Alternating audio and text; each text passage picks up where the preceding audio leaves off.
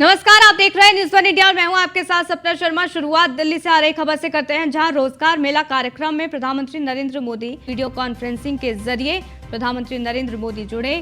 Food processing market आगे बढ़ रही है, ये प्रधानमंत्री नरेंद्र मोदी ने कहा है। विकास का प्रभार देश के हर तबके पर पड़ेगा, परिवर्तन का नया दौर दिखने लगा है, वही देश के विकास में आपकी अहम भूमिका, ये प्रधानमंत्री नरेंद्र मोदी ने कहा। इसके साथ ही उन्होंने कहा कि पर्यटन से रोजगार को बढ़ावा मिलता है।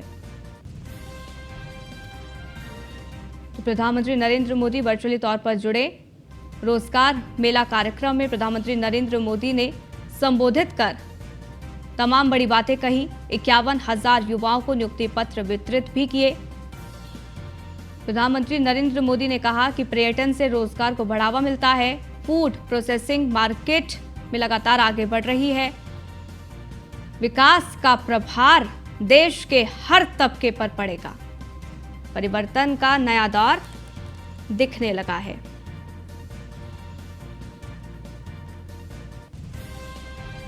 तो युवाओं को प्रधानमंत्री नरेंद्र मोदी ने बड़ी सौगात दी और इस दौरान ये कहा है कि पर्यटन से रोजगार को बढ़ावा मिलता है। और क्या कुछ कहा, सुनवाते हैं।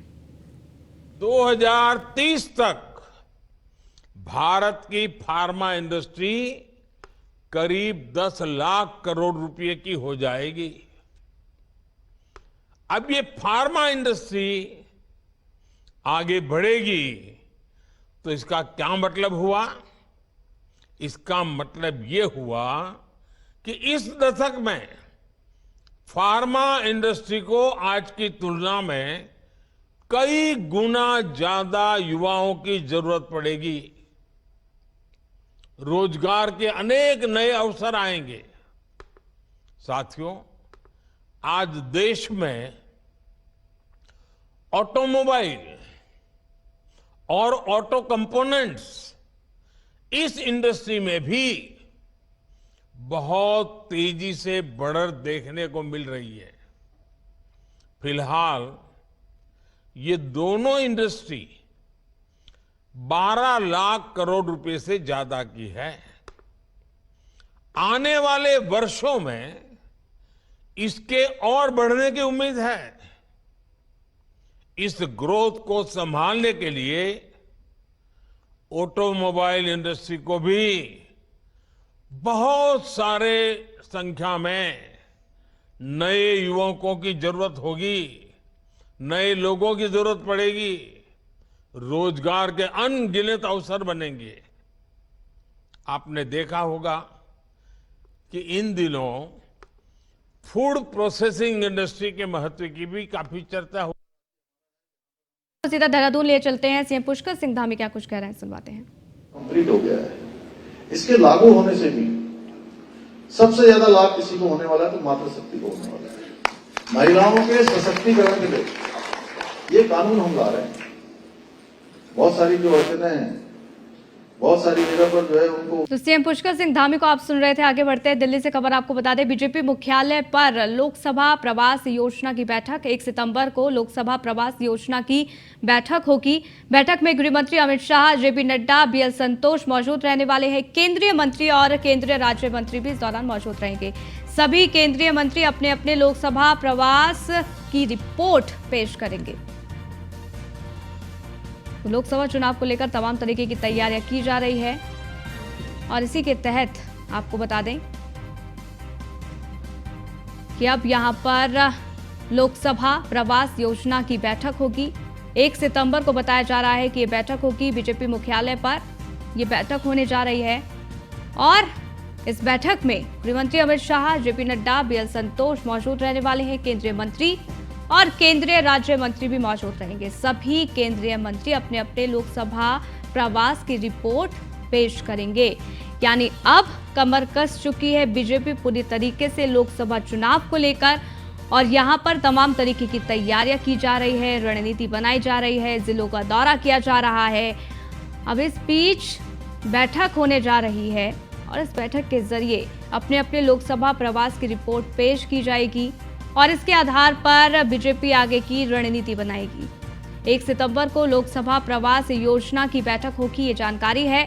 इसके साथ ही बैठक में गृह मंत्री अमित शाह रहेंगे, जेपी नड्डा रहेंगे, बीएल संतोष मौजूद रहेंगे, केंद्रीय मंत्री और केंद्रीय राज्य मंत्री भी इस दौरान मौजूद रहने वाले हैं।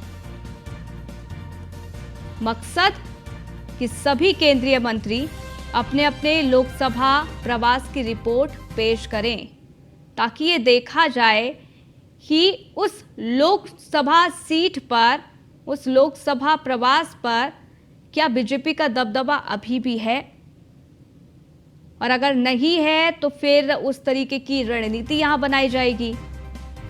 तो यहां भाजपा को अब लोकसभा चुनाव में बड़ी जीत हासिल करनी है। 2014 से भी ज्यादा जीत हासिल करनी है।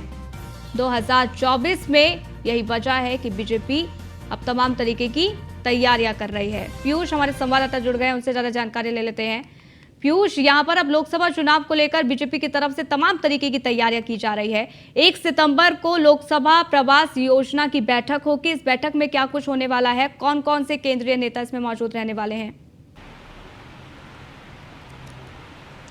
बिल्कुल, अगर हम बात करें तो सबसे बड़ी बात है कि 1 सितंबर को एक बड़ी बैठक भारतीय जनता पार्टी मुख्यालय दिल्ली में होने जा रही है। और इस बैठक में अगर हम बात करें तो केंद्रीय मंत्रियों के प्रवास जहां जहां तय किए गए थे उसको लेकर कहीं ना कहीं चर्चा होगी। इस बैठक की अगर हम बात करें तो गृह मंत्री अमित शाह के अलावा भारतीय जनता पार्टी के राष्ट्रीय अध्यक्ष जेपी नड्डा की बात करें, इसके साथ ही जो संगठन के राष्ट्रीय महामंत्री हैं बीएल संतोष, वो इस बैठक में मौजूद होंगे। इसके साथ ही आपने देखा कि खासतौर पर उत्तर प्रदेश की बात करें या अन्य राज्यों की बात करें, तमाम केंद्रीय मंत्रियों और केंद्रीय राज्य मंत्रियों को ये जिम्मेदारी दी गई थी कि वो वहां पे प्रवास करें, यानी कि उस क्षेत्र में रहें। और कहीं ना कहीं जिन सीटों पर भारतीय जनता पार्टी को आशंका है कि भारतीय जनता पार्टी वहां पे कमजोर है, खासतौर पे वहां पे प्रवास की योजना इन केंद्रीय मंत्रियों को के लिए कराई गई थी। इसके साथ ही अगर हम बात करें तो जिस तरीके से कहाँ प्रवास किया और क्या कुछ वहां के रिपोर्ट है, क्या वहां पे भारतीय जनता पार्टी की स्थिति है, क्या भारतीय जनता पार्टी के कैंडिडेट या यूं कहें कि जो अभी वर्तमान में सांसद हैं उनसे वहां की जनता खुश है, नहीं खुश है, क्या वहां की स्थितियां हैं और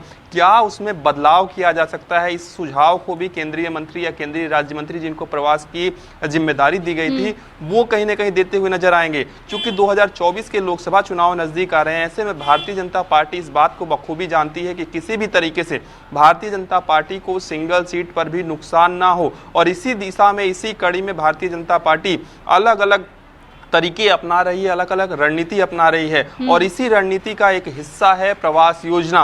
और लगातार आपने देखा कि ना सिर्फ केंद्रीय मंत्रियों की बात करें या केंद्रीय राज्य मंत्रियों की बात करें, बल्कि सांसदों को भी जिम्मेदारी दी गई है कि वो अपने क्षेत्र में रहें और क्षेत्र की जनता से सीधा संवाद करें, उनकी समस्याओं को सुने। तो सबसे बड़ी बात है कि भारतीय जनता पार्टी एक बड़ी बैठक बुला रही है और इस बैठक में तमाम शीर्ष नेता मौजूद रहेंगे। खासतौर पर यह भी बताया जा रहा है कि कुछ राष्ट्रीय महासचिव भी इस बैठक में हिस्सा ले सकते हैं। जब यह बैठक शुरू होगी तो करीब 2 से 3 घंटे तक यह बैठक चलेगी। ना सिर्फ रिपोर्ट को लेकर चर्चा की जाएगी, बल्कि आगे की रणनीति भी बनाई जाएगी कि जो केंद्र सरकार की योजना है, जो खासतौर पे राज्यों में लागू है और जिसका सीधा असर जिला स्तर पर है, गांव के लोगों तक उस योजना का जुड़ाव है, उसको किस तरीके से जनता के बीच में लेकर जाया जाए और जनता को बताया जाए, इसको लेकर चर्चा की जाएगी। और सबसे बड़ी बात है कि भारतीय जनता पार्टी इस बार पूरी तरीके से कोशिश कर रही है कि किसी भी तरीके से कोई नेता जो है वो विवादित बयान ना दे। बीजेपी नहीं छोड़ना चाहती है, इसलिए तमाम तरीके की तैयारियां बीजेपी के द्वारा की जा रही है। और बहुत बहुत शुक्रिया पीयूष इस जानकारी के लिए, लेकिन आप बने रहिएगा क्योंकि आगे भी आपसे हम अपडेट लेते रहेंगे। फिलहाल रुकते एक छोटे से ब्रेक के लिए, जल्द हाजिर होते हैं। ब्रेक के बाद आपका स्वागत है। आगे बढ़ते हैं। सीएम अशोक गहलोत के खिलाफ दायर मानहानि मामला राजस्थान के मुख्यमंत्री राउज एवेन्यू कोर्ट में पेश हुए। CM Ashok Gehlot video conferencing के जरिए पेश हुए। राउज एवेन्यू कोर्ट में आज मामले की सुनवाई टली है। 6 सितंबर को मामले में अब अगली सुनवाई होगी। CM Ashok Gehlot video conferencing के जरिए पेश हुए, ये जानकारी है। और आपको बता दें कि राउज एवेन्यू कोर्ट में आज इस पूरे मामले पर सुनवाई टल गई है। 6 सितंबर अगली तारीख निर्धारित की गई है जब इस पूरे मामले पर सुनवाई होगी। पीयूष तिवारी हमारे संवाददाता लगातार बने हुए हैं। पीयूष, किस वजह से आज की सुनवाई टली?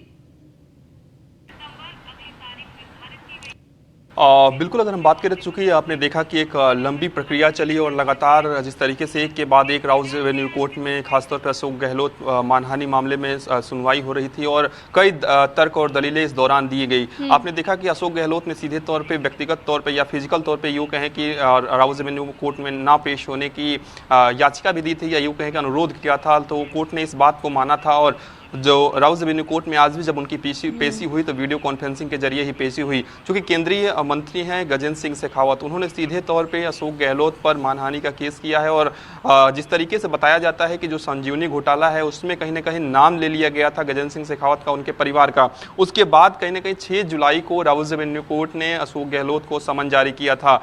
आज भी अगर हम बात करें तो आज भी इस पूरे मामले की सुनवाई होने वाली थी, लेकिन किसी कारणवश ये सुनवाई नहीं हो पाई।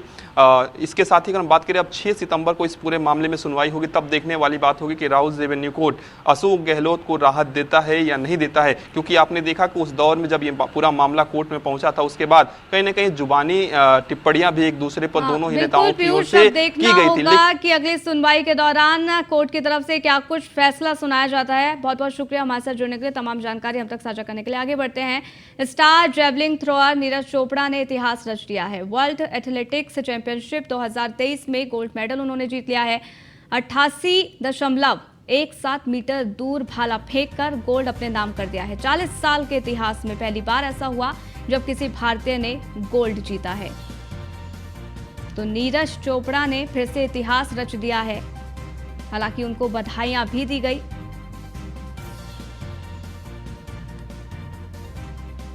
तो प्रधानमंत्री नरेंद्र मोदी ने ट्वीट के जरिए नीरज चोपड़ा को बधाई दी है। क्या कुछ कहा है बताते हैं। ये कहा है कि नीरज चोपड़ा श्रेष्ठता का उदाहरण है।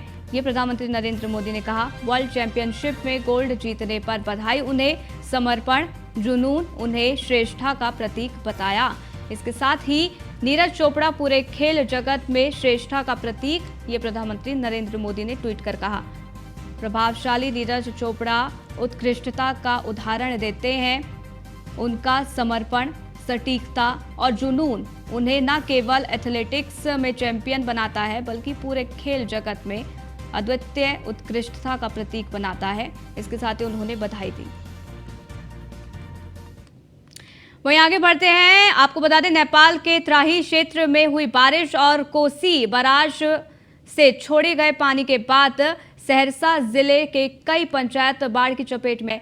वहीं कई लोगों का घर भी कोसी नदी में विलीन हो गया है।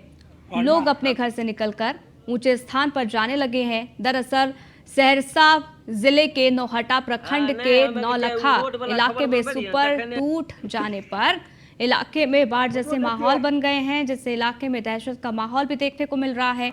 धीरे धीरे लोगों का घर कोसी नदी में समा गया है। भाई अगला ठीक है। हाँ।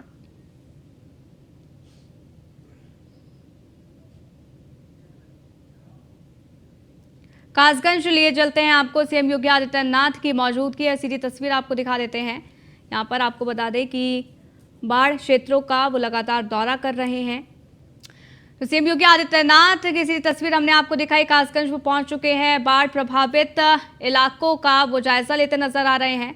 राहत सामग्री भी वितरित करेंगे। बहरहाल रुकते एक छोटे से ब्रेक के लिए जल्द हाजिर होंगे। देखते रहिए न्यूज़ 1 इंडिया।